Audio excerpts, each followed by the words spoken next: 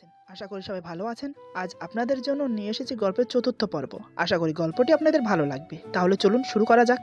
আমি তমা তমা বলে কয়েকবার ডাক দিলাম, কিন্তু কোনো সারা শব্দ নেই। সে তার ঘুম নিয়ে ব্যস্ত। এবার আমি ওর গায়ে হাত দিয়ে ডাকলাম, তাতেই যেন বিপত্তি হলো। হঠাৎ করেই তমা আমার হাত ধরে বুকের সাথে চেপে ধরে। আমার হাতটাকে ডলপুতুলের মতো বুকের সাথে জড়িয়ে ধরে। আমি তো দেখে স্তব্ধ হয়ে গেলাম। কি বাচ্চাময় ভাব মেয়েটার। আমি ওর দিকে তাকিয়ে হাসতে লাগলাম। ইচ্ছে করছিল না হাতটা ছাড়াতে, কিন্তু নামাজের সময় যে পেরিয়ে যাচ্ছে।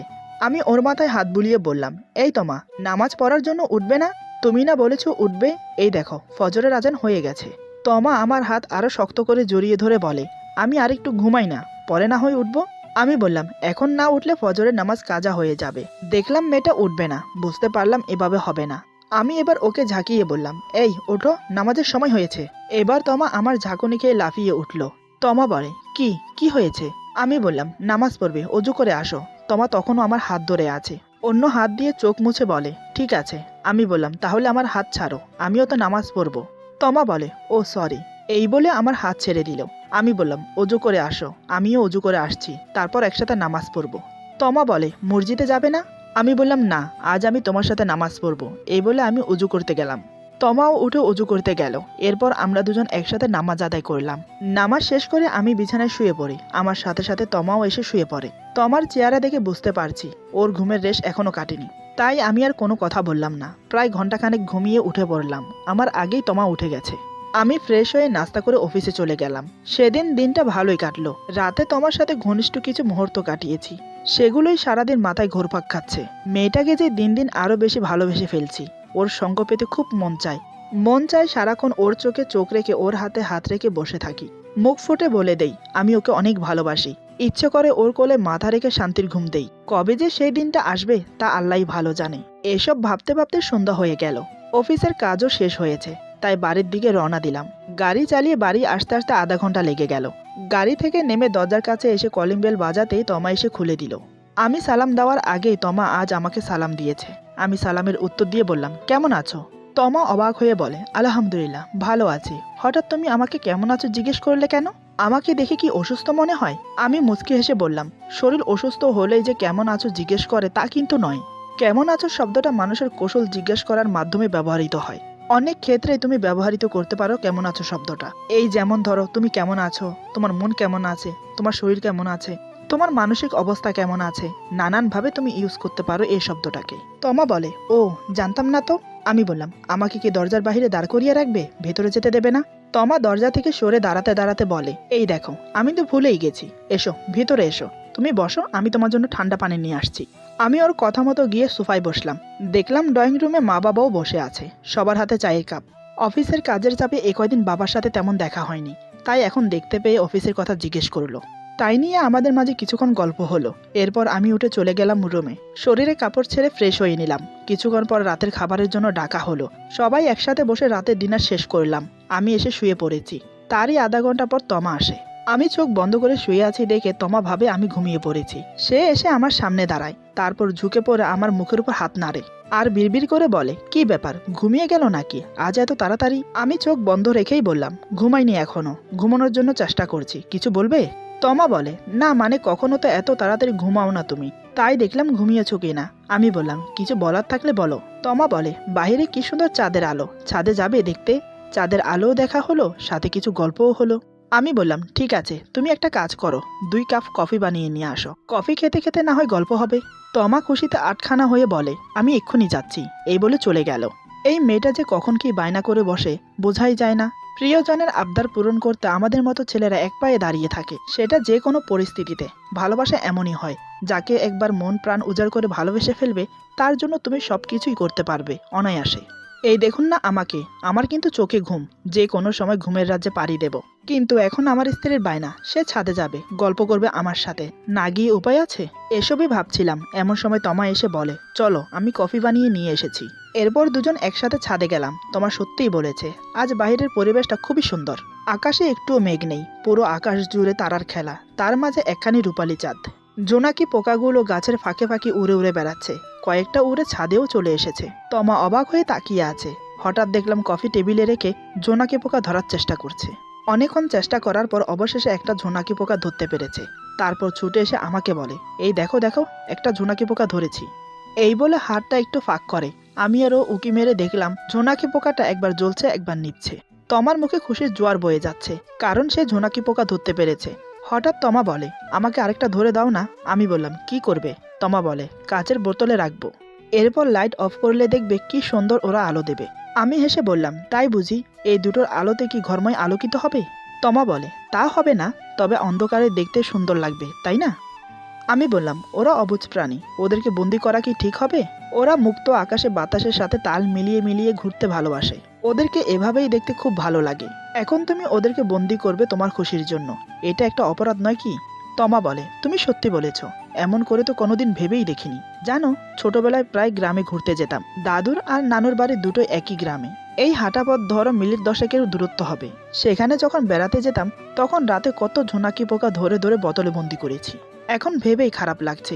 এই বলে তমা আপসেট হয়ে যায়। আমি বললাম, তখন তুমি ছোট ছিলে, কিছুই বুঝতে না। আল্লাহ তোমাকে মাফ করুক, মন খারাপ করো না।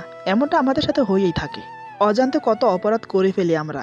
তাই 5 ওয়াক্ত নামাজ পড়ে আল্লাহর কাছে সেগুলোর জন্য মাপ চাওয়াই বেটার। এখন আপসেট না থেকে একটু হাসো তো দেখি। তোমার হাসি মুখ খুবই সুন্দর, আমার ভালো লাগে। এই কথা শুনে তমা আমার দিকে মায়াবী দৃষ্টিতে তাকায়। তখন আমিও ওর দিকে তাকিয়েছিলাম, তাই দুজনেই চোখাচোখি হলাম। তমা ওইভাবে তাকিয়ে থেকে বলে, শুধুই কি ভালো লাগে, আর কিছু লাগে না? আমিও চোখ না সরিয়ে ওইভাবে তাকিয়ে থেকেই বললাম, অনেক কিছুই লাগে। অনেক কিছুই বলতে ইচ্ছে করে, কিন্তু সেগুলো বলতে যে কারোর অনুমতি প্রয়োজন। যাকে নিয়ে বলবো সে এখনো আমাকে স্বামীর অধিকার দেয়নি। জানি না আমার কথা শুনে তমা কি মনে করলো। সে প্রসঙ্গ পাল্টিয়ে বলে, আজ হাদিসের কিছু বলবে না? ওর কথা শুনে বুঝতে পারলাম ও এ ব্যাপারে কথা বলতে চাইছে না। তাই আমি চোখ সরিয়ে অন্যদিকে তাকিয়ে বললাম, বলবো, চলো ওই দিকটাই বসি। তারপর দুজন দুটো চেয়ার টেনে বসলাম মুখোমুখি। ছাদের চেয়ার টেবিল আগে থেকেই ছিল, তাই আমাদের বসতে কোনো অসুবিধা হলো না। এরপর দুজনে বসে কফিতে চুমুক দিলাম। আমি বললাম, তোমার হাদিস শোনার আগ্রহ দেখে না আমার ভালো লাগে। তোমার মতো শ্রোতা পেলে না বলতেও ভালো লাগে। তমা বলে, আমার একটা অভ্যাস খুবই খারাপ, যে কোনো বই পড়তে ভালো লাগে না, কিন্তু কারোর মুখ থেকে শুনতে খুবই ভালো লাগে। আমি মুচকি এসে বললাম, সমস্যা কি, আমি তো আছি, তোমাকে শোনাবো। তমা বলে, তাহলে বলো শুনি। আমি বললাম, ঠিক আছে, স্বামী স্ত্রীর মধুর সম্পর্কের বিষয়ে কিছু হাদিস শোনো। স্ত্রীর সাথে একই সঙ্গে গোসল করা সুন্নত। মা আয়েশার সাথে এবং কখনো মাইমুনার সাথে রাসূল সাল্লাল্লাহু আলাইহি সাল্লাম পবিত্রতা গোসল করতেন। মুসলিম 620, নাসাই 380। স্ত্রীর ব্যবহার করা মেসওয়াক দিয়ে মেসওয়াক করা সুন্নত। রাসূলুল্লাহ সাল্লাল্লাহু আলাইহি সাল্লাম যখন শয্যাশায়ী, তখন রাসূলুল্লাহ সাল্লাল্লাহু আলাইহি সাল্লাম মা আয়েশা এর কোলে শুয়েছিলেন এবং রাসূলুল্লাহ সাল্লাল্লাহু আলাইহি সাল্লাম বারবার মেসওয়াকের দিকে তাকাচ্ছিলেন। কিন্তু রাসূল সাল্লাল্লাহু আলাইহি সাল্লাম এতটাই অসুস্থ ছিলেন যে মেসওয়াক চিবোতে পারবেন না। তাই মা আয়েশা মেসওয়াক চিবিয়ে দেন এবং রাসূল সাল্লাল্লাহু আলাইহি সাল্লাম ওই মেসওয়াক দিয়ে মেসওয়াক করেন। হাদিসে এভাবে লালা একত্রিত হওয়ার কথা উল্লেখ রয়েছে। বুখারী 5226। স্ত্রীর প্রশংসা করা সুন্নত। রাসূল সাল্লাল্লাহু আলাইহি সাল্লাম বলতেন, মা আয়েশা সবার সেরা, এবং বিবি খাদিজা এর ভালোবাসার প্রশংসা করতেন। বুখারী 5229, 3411। স্ত্রীর সাথে খেলায় প্রতিযোগিতা করা সুন্নত। রাসূল সাল্লাল্লাহু আলাইহি সাল্লাম এবং মা আয়েশা রাত্রিতে সবাই ঘুমিয়ে গেলে দৌড় প্রতিযোগিতা করতেন। ইবনে মাজাহা 1979। আবু দাউদ 2578। স্ত্রীর মুখের খাবার খাওয়া সুন্নত। মা আয়েশা হাড়যুক্ত গোশত খাওয়ার পর রাসূল সাল্লাল্লাহু আলাইহি সাল্লাম মা আয়েশার খাওয়া হাড় চুষে খেতেন। মুসলিম 579। স্ত্রীকে নিয়ে ঘুরতে যাওয়া বা সফরে যাওয়া সুন্নত। স্ত্রীদের সফরে নিয়ে যেতে রাসূল সাল্লাল্লাহু আলাইহি সাল্লাম লটারি করতেন, যার নাম আসতো তাকে নিয়ে ঘুরতে যেতেন। বুখারী 2593। শাওন মাসে বিবাহ করা সুন্নত। তিরমিজি 1093। স্ত্রীকে সুন্দর নামে ডাকা সুন্নত। রাসূল সাল্লাল্লাহু আলাইহি সাল্লাম মা আয়েশাকে হুমায়রা বলে ডাকতেন। স্ত্রীকে কখনো মারধর না করা সুন্নত। রাসূল সাল্লাল্লাহু আলাইহি সাল্লাম কখনো কারোর উপর প্রতিশোধ নিতেন না এবং স্ত্রীদেরকেও মারধর করতেন না। বুখারী 5204। বুখারী 6126। স্ত্রীর কোলে মাথা রেখে কোরআন তেলাওয়াত করা সুন্নত। বুখারী 297। স্ত্রীর কাজে কর্মে সহযোগিতা করা সুন্নত। বুখারী 676। হায়েজ অবস্থায় স্ত্রীর সাথে সাধারণ মেলামেশা করা সুন্নত। বুখারী 300। আমার কথা শেষ না হতেই তমা বলে, সাধারণ মেলামেশা মানে? বুঝলাম না। আমি বললাম, সাধারণ মেলামেশা মানে খুবই সিম্পল। যেমন ধরো, মেয়েদের হায়েজ অবস্থায় শারীরিক মিলন করা জায়েজ না। সাধারণ বলতে এই বোঝাচ্ছে যে হায়েজ অবস্থায় স্ত্রীকে জড়িয়ে ধরা, আলতো করে চুম্বন করা, এসব আর কি। তমা বলে, ও বুঝেছি, তারপর বলো। আমি বললাম, স্ত্রীর মুখে খাবারের লোকমা তুলে দেওয়া সুন্নত। মা আয়েশা বলেন, স্ত্রীকে খাবার খাইয়ে দিলে তা সদকা হিসেবে কবুল হয় এবং তার প্রতিদান রয়েছে। আবু দাউদ 2868। স্ত্রীর রাগ অভিমান এবং মন বোঝার চেষ্টা করা সুন্নত। রাসূল সাল্লাল্লাহু আলাইহি সাল্লাম বলেন, আয়েশা তুমি আমার উপর রেগে থাকলে আমি বুঝতে পারি। মা আয়েশা বলেন, হে আল্লাহর রাসূল, কিভাবে বুঝেন আপনি? রাসূল সাল্লাল্লাহু আলাইহি সাল্লাম বলেন, তুমি যখন আমার উপর রেগে থাকো তখন বলো, হে ইব্রাহিমের প্রভু, আল্লাহকে এভাবে ডাকো। আর যখন খোশ মেজাজে থাকো তখন বলো, হে মোহাম্মদের প্রভু, আল্লাহকে এভাবে ডাকো। বুখারী 2228। এই বলে আমি কথা শেষ করি। তমা বলে, তোমাকে ধন্যবাদ জানালেও কম হবে, তোমার কাছ থেকে আমি অনেক কিছু শিখতে পারছি, ভালো লাগে শুনতেও শিখতে। আমি বললাম, এখানে ধন্যবাদের কি আছে? তুমি আমার স্ত্রী, তুমি কিছু না জানলে সেটা আমি তোমাকে শিখিয়ে দেব, এটাই তো নিয়ম। তমা বলে, কিন্তু আমি যে তোমাকে স্বামীর অধিকার থেকে বঞ্চিত রেখেছি, এটা তো আমি অন্যায় করছি, এটার জন্য আল্লাহ আমাকে শাস্তি দেবে না? আমি বললাম, না দেবে না। তমা অবাক হয়ে বলে, কেন? আমি যা করছি তা কি অপরাধ নয়? আমি বললাম, হ্যাঁ অপরাধ, কিন্তু আমি যদি অভিযোগ না করে তোমাকে ক্ষমা করে দেই তাহলে আল্লাহ তাআলা তোমাকে ক্ষমা করে দেবেন। তমা বলে, তোমার কোনো অভিযোগ নেই আমার প্রতি? আমি বললাম, না। তমা বলে, কেন? আমি কি কোনো অভিযোগের যোগ্যই না? আমি বললাম, তেমন কিছুই না। তমা বলে, তাহলে কি? আমি বললাম, সময় হোক সব বুঝতে পারবে। এমন সময় বাড়ির সামনে দিয়ে কেউ একজন যাচ্ছে, অন্ধকারে ঠিক বোঝা যাচ্ছে না, দূর থেকে দেখে মনে হচ্ছে চোর যাচ্ছে। চোরের কথা মনে আসতেই সেদিনের কথাটা মাথায় আসলো। তোমাকে বলা হয়নি সেই কথাটা, এখন মনে আসতে ভাবলাম ওকে আজ বলবো, হয়তো চোরের কথাগুলো ওকে শোনালে খুব হাসবেও। এই ভেবে তোমাকে বললাম, তুমি জানো সেদিন আমাদের বাড়িতে চোর এসেছিল, বেশি দিন হয়নি, এই হয়তো হবে 1-1.5 মাসের মতো। তুমি ঘুমিয়েছিলে সেদিন, হঠাৎ কি কারণে আমার ঘুম আসছিল না, হঠাৎ দেখি বারান্দা দিয়ে কেউ একজন রুমে প্রবেশ করছে। আমি তো দেখে অবাক, এমন করে ঘরে শুধু চোরই প্রবেশ করতে পারে, ভদ্রলোক কখনো এভাবে বারান্দা দিয়ে ঢুকবে না। জীবনে কোনোদিন চোর দেখিনি কিংবা চুরি করা দেখিনি, তাই মনে মনে সিদ্ধান্ত নিলাম, চোরে চুরি করবে, আমি শুয়ে শুয়ে দেখব, লাস্ট মোমেন্টে চোরটাকে ধরে ফেলবো। এই ভেবে চুপচাপ শুয়ে রইলাম ঘুমের ভান ধরে। চোরটা রুমে প্রবেশ করে চুরি করতে লাগলো। আমি চোখ মিটমিট করে ওকে দেখছি, সে একটু টের পায়নি আমি যে জেগে আছি। চোরটা চুরি করে চলেই যাচ্ছিল, ঠিক তখনই আমি ধীর পায়ে উঠে চোরটার ঘাড়ে মারলাম এক ঘুষি। তাতেই চোর বেটা চিৎ হয়ে পড়ে গেল মেঝেতে। ধাতস্থ হতে প্রায় কিছুটা সময় লেগে যায়। ততক্ষণে আমি চোরটাকে জরিপ করে নিলাম। দেখতে খুবই হ্যান্ডসাম, পড়াশোনা জানা, কথার হাবভাবে বোঝা যায় খুবই স্মার্ট। এই ধরে নাও আমার সমবয়সী হবে, তা সে যেমনই হোক। তোমাকে আসল কথা বলি, চোরটা কি বলে জানো? তার নাকি গ্রামে বউ আছে, বাচ্চাও আছে 2টো, শুধু তাই নয়, এখানে নাকি কয়েকটা গার্লফ্রেন্ড আছে। আমি শুনে তো অবাক, মানুষ একটা গার্লফ্রেন্ডকে পুষতে হলে বাবার পকেট থেকে টাকা চুরি করতে হয়, আর চোর বেটা বলে কি বউ বাচ্চার সাথে আরও কয়েকটা গার্লফ্রেন্ডকেও পোষে। তারপর আমি অনেক বোঝালাম, জানি না সে কতটুকু বুঝেছে। আমার কথা শেষ না হতেই তমা এসে আমার পাশে বসে। হঠাৎ আমার হাতে হাত রেখে কানের কাছে মুখ এনে ফিসফিস করে বলে, আমি সবই জানি, সেদিন রাতে আমি জেগেই ছিলাম, লাস্টে যে তুমি চোরটাকে 2000 টাকা দিয়েছ তাও আমি দেখেছি। আর সবচাইতে দুঃখের বিষয় কি জানো? ওই চোরটাই রাকিব ছিল। মনে মনে ভেবেছিলাম উঠে গিয়ে ওর কাছে ক্ষমা চাইবো, পরে ভেবে দেখলাম আমি কি ওকে ঠকিয়েছি? উল্টো ও আমাকে ঠকিয়েছে। বউ বাচ্চা থাকা সত্ত্বেও আমার সাথে প্রেম করেছে, আমাকে ঠকিয়েছে। আমাকে ক্ষমা করে দাও, ওর মতো একটা ফ্লট ছেলের জন্য তোমাকে কষ্ট দিয়েছি, সরি। এই বলে টুপ করে আমার কাঁধে মাথা রেখে আমাকে জড়িয়ে ধরে। আমি এতক্ষণ ধৈর্য ধরে ওর কথাগুলো শুনছিলাম, যত শুনছি ততই অবাক হচ্ছি। তার মানে তোমার এক্স বয়ফ্রেন্ড মানে রাকিব একটা চোর? সেজন্যই কি তোমার সেদিনের পর থেকে আমার এত কেয়ার নিচ্ছে, সব কিছুতে আমাকে সাপোর্ট করছে? ধীরে ধীরে ওর দুর্বলতা বাড়ছে আমার প্রতি। এদিকে তোমার কথাগুলো শেষ করে কান্না জুড়ে দিয়েছে। ওর চোখের পানিতে আমার টি শার্ট ভিজে যাচ্ছে। ওকে কাঁদতে বাধা দিলাম না, মনের ভিতরে হওয়া কষ্টটা বেরিয়ে যাক, তাতেই ভালো হবে, তাই কিছুক্ষণ এভাবে রইলাম। আমার সাহস হচ্ছে না ওকে জড়িয়ে ধরতে। তারপরও ওর মাথায় হাত বুলিয়ে বললাম, যা হবার হয়ে গেছে, ওইসব ভেবে মনে কষ্ট পেও না, সব ভুলে গিয়ে নতুন করে শুরু করো, সেটাই বেটার হবে। তমা আমার বুক থেকে মাথা তুলে আমার চোখে চোখ রেখে বলে, সব ভুলে গিয়ে নতুন করে কিভাবে শুরু করব? তুমি কি এত কিছুর পরেও আমাকে নিজের করে নিতে পারবে? আমি বললাম, এমন করে বলছো কেন? তোমাকে যদি নিজের মনেই না করতাম তাহলে কি এতদিন পর্যন্ত তোমার সাথে সংসার করতাম? আমি তো তোমার অপেক্ষায় আছি, কখন তুমি সব ভুলে আমার কাছে ফিরে আসবে। তমা বলে, আমি তো সেই রাত থেকে চেষ্টা করে যাচ্ছি তোমার মনে মতো হওয়ার জন্য। সেদিন থেকেই তো তোমাকে স্বামী হিসেবে মেনে নিয়েছি, তোমাকে একটু একটু করে ভালোবাসতে শুরু করেছি। আমিও তো অপেক্ষা করছিলাম তুমি কখন আমাকে কাছে টেনে নেবে। এই বলে তমা আবার আমার বুকে মাথা রেখে কান্না শুরু করে দেয়। এবার আমি আর নিজেকে ঠিক রাখতে পারলাম না। পাগলিটা সেই কখন থেকে কেঁদেই যাচ্ছে, আমি শান্ত না করলে শান্তই হবে না। আমি এবার 2 হাতে ওকে শক্ত করে জড়িয়ে ধরলাম। আমি বললাম, আমি তোমাকে ভালোবাসি, অনেক বেশি ভালোবাসি। এতক্ষণ তোমার নীরবে চোখের জল ফেলছিল। আমার মুখে ভালোবাসার কথা শুনে আমাকে আরও শক্ত করে জড়িয়ে ধরে চিৎকার করে কেঁদে ওঠে। আমি ওকে শক্ত করে জড়িয়ে ধরলাম, তারপর মাথায় হাত বুলিয়ে বললাম, প্লিজ শান্ত হয়ে যাও, তুমি না আমার লক্ষ্মী। তুমি কান্না করছো কিন্তু কষ্ট আমি পাচ্ছি, তাই বলছি লক্ষ্মীটি, আমাকে আর কষ্ট দিও না। এমনিতেও অনেক কষ্ট দিয়েছো, আর দিও না প্লিজ। এখন শুধু তোমার ভালোবাসা চাই। ভালোবাসবে আমাকে? তমা কান্না জড়িত গলায় বলে, হ্যাঁ বাসবো, সারা জীবন বেসে যাব। এবার আমি ওর সারা মুখে কিস করতে লাগলাম, তারপর ওর ঠোঁটে ঠোঁট ডুবিয়ে দিলাম। দেখি তমাও রেসপন্স করছে। আমি ওকে ছেড়ে দিয়ে বললাম, তোমার শরীরের পারফিউমের মিষ্টি গন্ধটা আমাকে পাগল করে দেয়, তুমি জানো? প্রতিটা রাতে তুমি আমার বুকে এসে ঘুমাও। তমা বলে, কেন জানবো না, আমি ইচ্ছে করেই তোমার বুকে গিয়ে ঘুমাই। কারণ কেন জানি আমার মনে হতো তোমার বুকে মাথা রেখে ঘুমালেই শান্তি পাবো।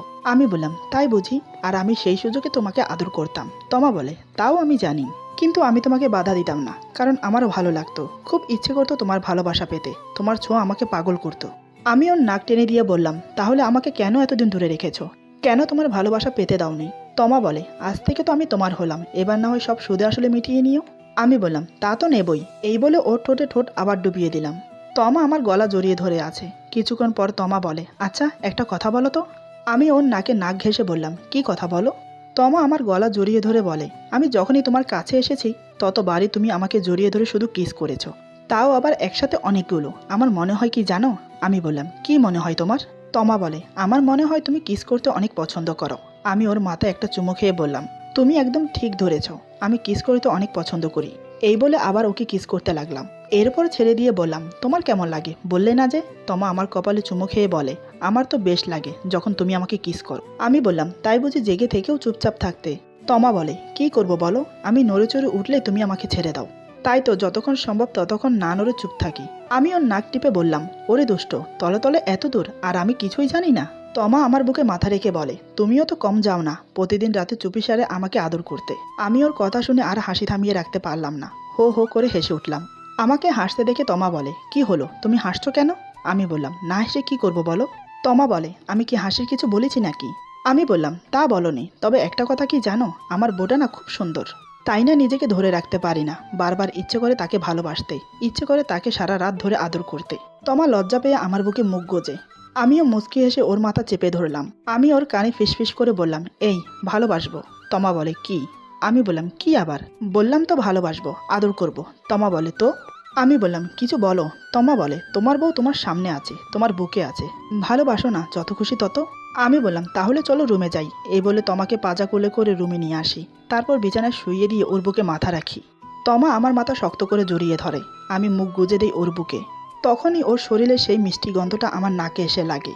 আমিও আর দেরি না করে ওর বুকে নাক ঘেঁষতে থাকি, তাতে তমা আরও উত্তেজিত হয়ে ওঠে।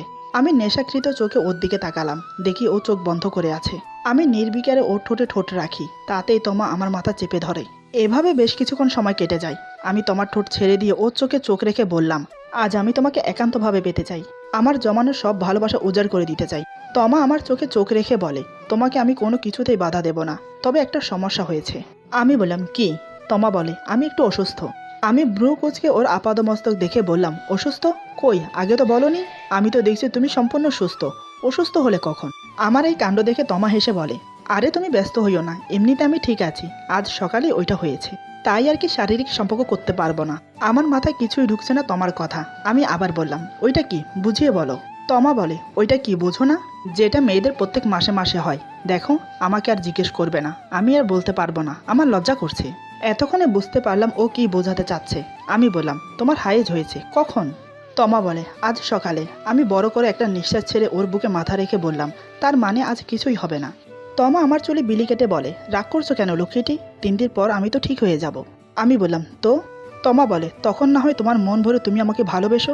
আমি বললাম, 3 দিন নয়, পুরো 5-6 দিন ওয়েট করতে হবে। তুমি সুস্থ হতে হতে 5-6 দিন লেগে যাবে, কোনো সমস্যা না। ততদিন পর্যন্ত না হয় আধা ভালোবাসা দিয়েই না হয় কাজ চালিয়ে দেই, কি বলো? তমা বলে, আচ্ছা তুমি এত ভালো কেন বলো তো? আমি বললাম, কে আমি? কে বললো আমি ভালো? তমা বলে, কেন, এই যে আমি বলছি। আমি বললাম, আমি মোটেও ভালো না, তার চেয়ে তুমি বেশি ভালো। তমা বলে, আমি ভালো সেটা তোমাকে কে বললো? আমি বললাম, কেন, আমি জানি তো আমার লক্ষ্মী বউটা অনেক ভালো আর আমাকে অনেক ভালোবাসে। এই বলে আবার ওকে জড়িয়ে ধরে আদর করতে লাগলাম। এভাবে শুরু হলো আমাদের ভালোবাসা। ভাবতে পারিনি আজ রাতেই আমি তোমাকে নিজের করে পেয়ে যাব। সবই যেন তাড়াতাড়ি হয়ে গেল। ভালোবাসা সত্যি অনেক পবিত্র। ভালোবাসাকে পবিত্র রাখতে বিয়ে করাই উত্তম। বিয়ে করে না হয় নিজের বউয়ের সাথে চুকিয়ে প্রেম করো, কোনো বাধা নেই, কোনো ঝামেলা নেই, সব কিছুতে শান্তি আর শান্তি। আজকের গল্প এখানে সমাপ্ত। আশা করি গল্পটি আপনাদের ভালো লাগবে। যদি ভালো লাগে তাহলে লাইক, কমেন্ট এবং সাবস্ক্রাইব করে আমাদের পাশে থাকুন। সবাই ভালো থাকুন। আল্লাহ হাফেজ।